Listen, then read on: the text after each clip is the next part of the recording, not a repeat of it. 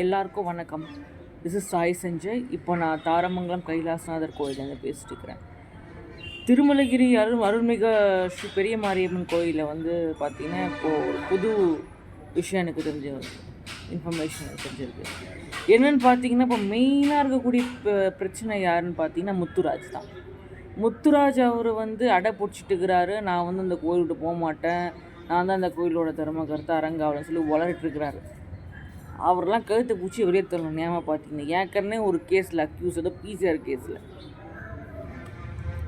Complaint அவர் மேலே தான் கொடுத்துருக்குறோம். ப்ளஸ் பொருள் ஒப்படைக்கிறது இப்போ எந்த பிரச்சனையும் இல்லை, பொருள் ஒப்படைச்சிடாங்கன்னு சொல்லி நான் ஆல்ரெடி வீடியோ சொல்லிட்டேன்.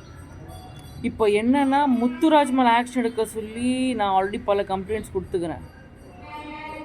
அண்ட் ஆர்டிஐ கூட இப்போ நான் ரீசெண்டாக போட்டுக்கிறேன். அந்த ஆஃபீஸில் இஓ ஆஃபீஸ்லேயும் ஏசி ஆஃபீஸில் கலை ஆய்வு பண்ணோம், பெரிய மாரியம்மன் கோயில் சம்மந்தப்பட்ட டாக்குமெண்ட் இன்ஸ்பெக்ஷன் பண்ணோம். ப்ளஸ் ஆர்டிகில் நான் இன்னொன்று முக்கியமான கேட்ட விஷயம் என்னென்னா, முத்துராஜ் மேலே என்ன ஆக்ஷன் எடுத்துக்கிறேன், இன்னும் எனக்கு எந்த பதிலும் வரல. நான் ஆல்ரெடி முதல் மேல்முறையீடு பண்ணிட்டேன். நான் அந்த விஷயம் ஃபஸ்ட் அப்பீல் பண்ணிட்டேன். இப்போது ஸோ கூடிய சீக்கிரம் நான் இஓ கிட்ட போய் கேட்க போகிறேன்.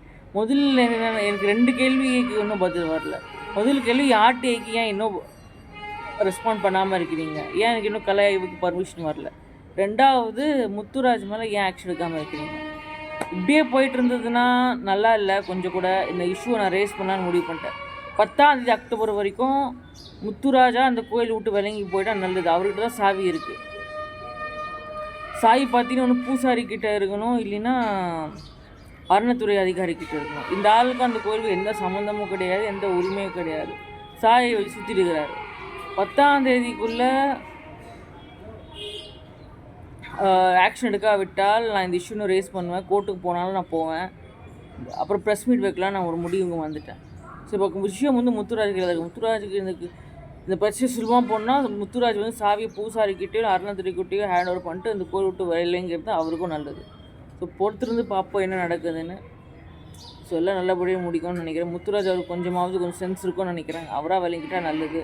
இல்லை நான் எப்பயும் போல் அடை பிடிச்சி நான் தான் அந்த கோயில் தர்மகர்த்தா, நான் தான் அந்த கோயில் அரங்காவலர்னு சொல்லி ஏதாவது அடை பிடிச்சா நாளைக்கு சிறைக்கு போக வேண்டிய சூழ்நிலை கூட அவருக்கு அமையலாம். எப்படி போகணும்னு எனக்கு சொல்ல முடியாது. நன்றி, வணக்கம், ஜெயஹிந்த்.